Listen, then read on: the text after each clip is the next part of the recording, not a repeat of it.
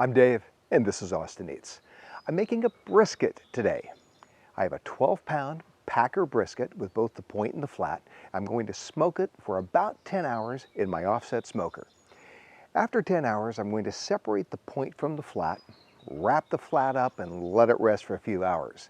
Meanwhile, I'll take the point, cut it up in about 2-inch chunks, cover it with barbecue sauce, and put it back in the smoker for another couple of hours. That is going to give me some wonderful brisket and burnt ends. Brisket, easy to make, tastes great, and it's right here on Austin Eats.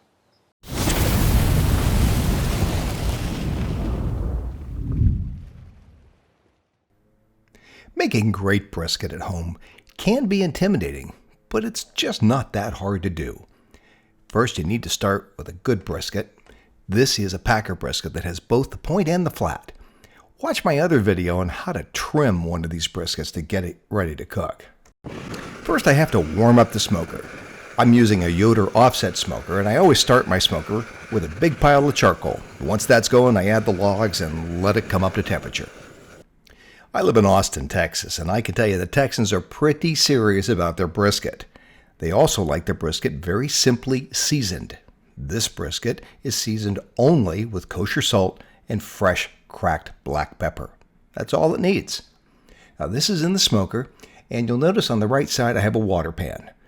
I filled this up a couple of times during the smoking cycle because that will add a lot of moisture and keep my brisket from drying out.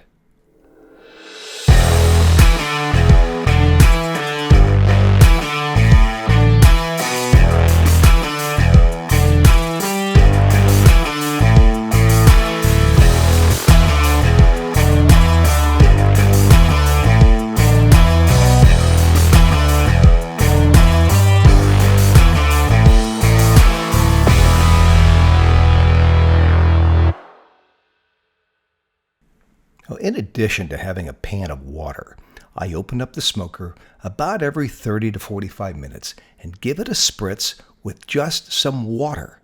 You can use apple juice or anything else that you like. The whole idea is to just add moisture back to the meat and keep the bark from getting dry. Oh, it just smells fantastic. This brisket is now almost done. It just has a few more degrees to go. I can see the smoke ring developing down on the bottom left and over that whole leading edge. And I can tell that the bark is nice and moist. That's exactly what I was looking for. Now when this is ready, I'm going to take it off and wrap it up, and it's going to go back on the smoker. I've pulled the brisket off the smoker, and I'm going to wrap it in red butcher paper. Now to add a little bit more moisture back to the bark, I like to rub the top of the paper with some Wagyu beef tallow. I just spread it on right in the middle where the roast is going to go. Then I'm going to also paint some on the roast. Why not? Now you notice that I'm going to cook this with the thermometer in the roast. That's important because I still have to monitor the internal temperature of this while it's in the smoker. Now I'm just going to add some additional beef tallow right on the top. And this is ready to wrap up. So a couple of quick folds.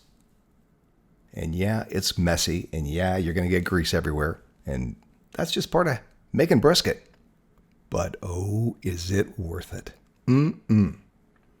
So this roast is ready to go back in the smoker. 2 hours later, the internal temperature was 202 degrees.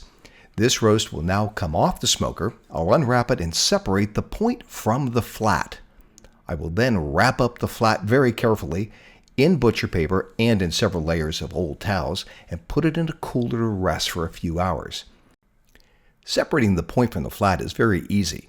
You're just putting the knife in there and really cutting a little thin layer of fat, and this will come right apart. This is the flat portion that we're looking at. The point is on the bottom. So once I cut that through, slide off the flat, and there is the point. So the point is the part of the brisket that has all of the fat in it.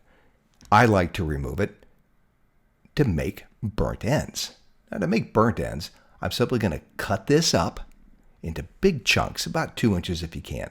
Now this is so tender, it kind of tends to fall apart a little bit, and that's okay. Just throw the pieces in and it's just fine. Once I have this cut into some nice big chunks, those pieces are going back into an aluminum pan, and then I'm going to add some of my favorite barbecue sauce. So the pieces of the cut up point are in my aluminum tray, and I'm just going to add a whole boatload of barbecue sauce on here.